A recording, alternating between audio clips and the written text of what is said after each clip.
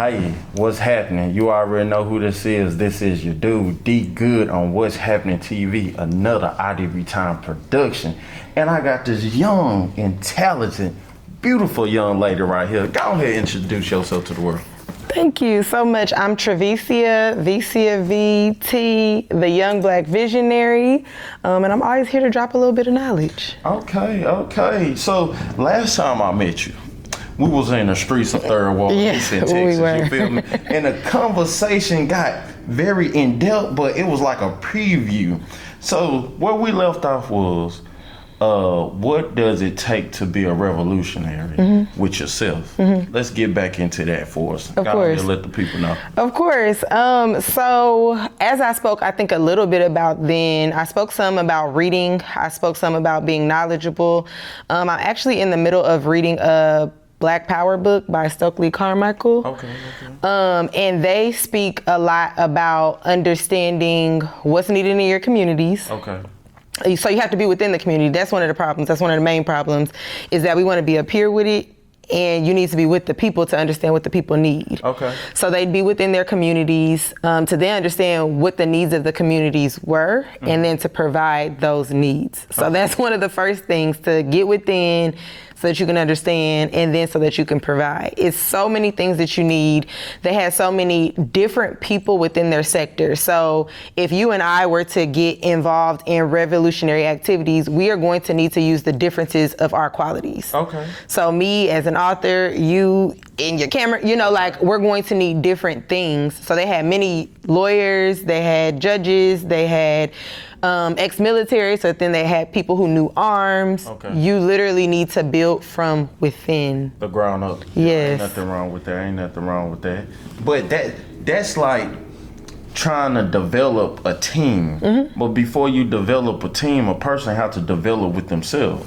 So how can a person really truly develop themselves? That's what's the main key factor, because if a person can't develop themselves, they definitely can't work as a team. Of course. I'm going to be totally honest. This is one that I personally feel, especially for the topic that we're going with of revolutionary, this is one that I personally feel ain't on you, it's in you.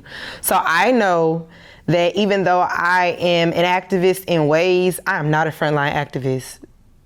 So what Take me home. So what you mean you not the front line? I'm not, I know better. I know what I am to be doing, and that's why I'm here to teach the babies, because I'm not willing to lose my entire life. I'm just not. I'm not willing to front line. I don't want to be too uncomfortable, so you have to be willing. So for an example, I'm also reading Huey P. Newton's dissertation. Okay. And within that, the first things that he speaks about. I'm sorry, what is the book called? No, it's not a book, it's his dissertation from when he was getting his doctorate.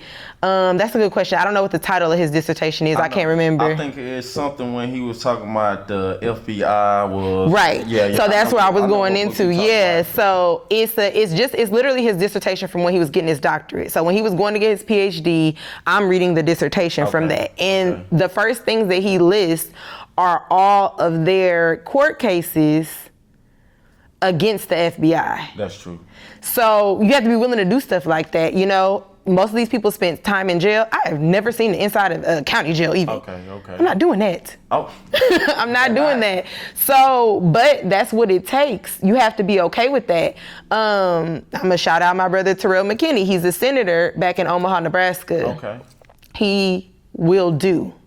So when you're outside shouting at the police, you have to know that you might get taken with them. And I'm not okay with that. So you have to know yourself enough to know where you belong. There were people in those revolutionary activities who were just there to sing a song and go home. That's true. So you have to know where you belong. There were some who were there to provide the breakfast programs and go home. And then there wwere those on the front line who spent time in jail, who spent time in court, who had to leave. There's some of them that moved. Stokely Carmichael didn't stay. He ended up moving to Africa. Okay. So it's like, as did Asada, she left. She went to Cuba. Yeah. So it's like and you have to. Passed away. She just passed away. So you have to be okay with uprooting your whole entire lifestyle for something like that. So you literally have to know who you are and where you stand. This is not something I feel can grow within you. This is in you already. You're the type of person that as a teenager, it's like, yeah, she had that passion. We always know, we knew Tupac was loud when he was back in school, you know? Okay. We knew that about Malcolm X back in these are teenagers. The Black Panthers died at like 21. Like early on. So these are people who have it within them so early. It's not something that I feel can really grow in you, but it doesn't mean you don't have a place. So our Terrell McKinney's that I just mentioned, he might be from mine. I can help Terrell. I definitely can help Terrell, but I'm not I have a place, I'm not frontline though.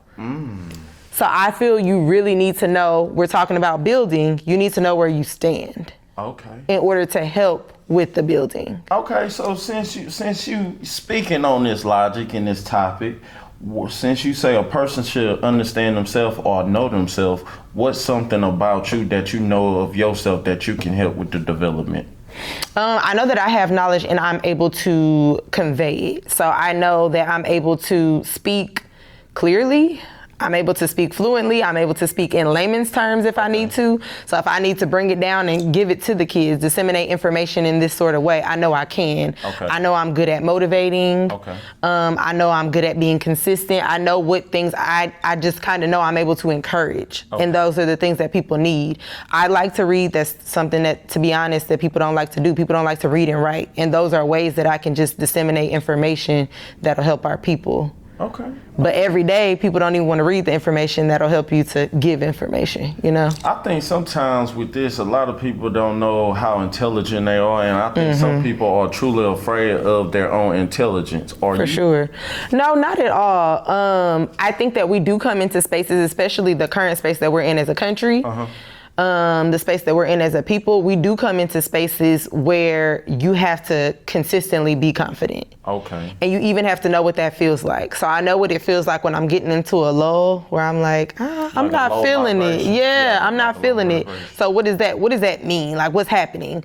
And why is that happening? So even right now, I've changed my reading material. Okay. I've changed what I'm watching. I've changed my habits.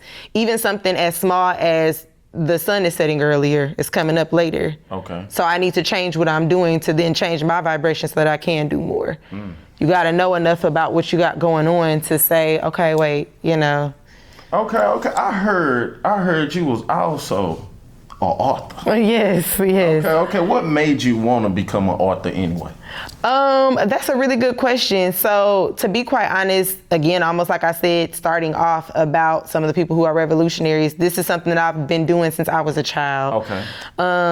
I've always liked to write, just even screenplays. I've got this play from when I was like 10 years old, and it was me, all my little 8, 9, 10-year-old friends for church doing a little, I'm like, this is your role, you do this. I made my uncle record, you know.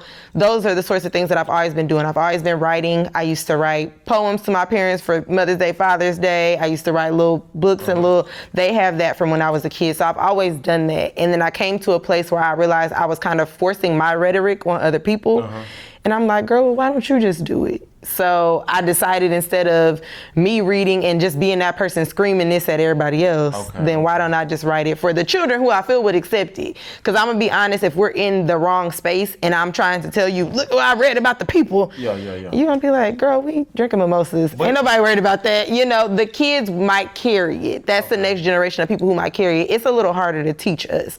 Will I tell us? Still, yes. I'd never mind doing that. But for me teaching, I decided that was the babies that I wanted to pour into. So as I was listening to you, you said you had to quit putting your ideals on other individuals.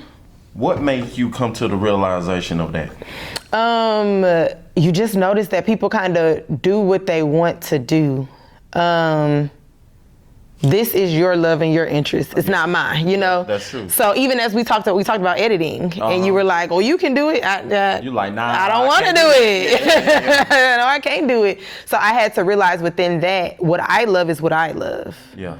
So as I spoke passionately about it to people, I could find circles of people who liked it, but for the most part, people would be like, here she come with that again. And you can see that, you can feel that. If you're intuitive enough, you know when you're in a room where people are like, here she go. Feeling it. Yeah. Okay. So instead of that, I'm like, well, let me find my audience. This is actually a thing. I would like this I also wanted it to outlive me. So I'm speaking it in rooms that are just here and now. These people are only going to live probably as long as I am. Okay. If you do things like write books and publish them, Asada has a book that I'm reading today. Oh yeah, it's yellow, red, and green. Yeah, it's her book. It's her autobiography. But the thing is, once she left this earth, I was able to go right to my bookshelf and pull it out. Pull it out. Yeah.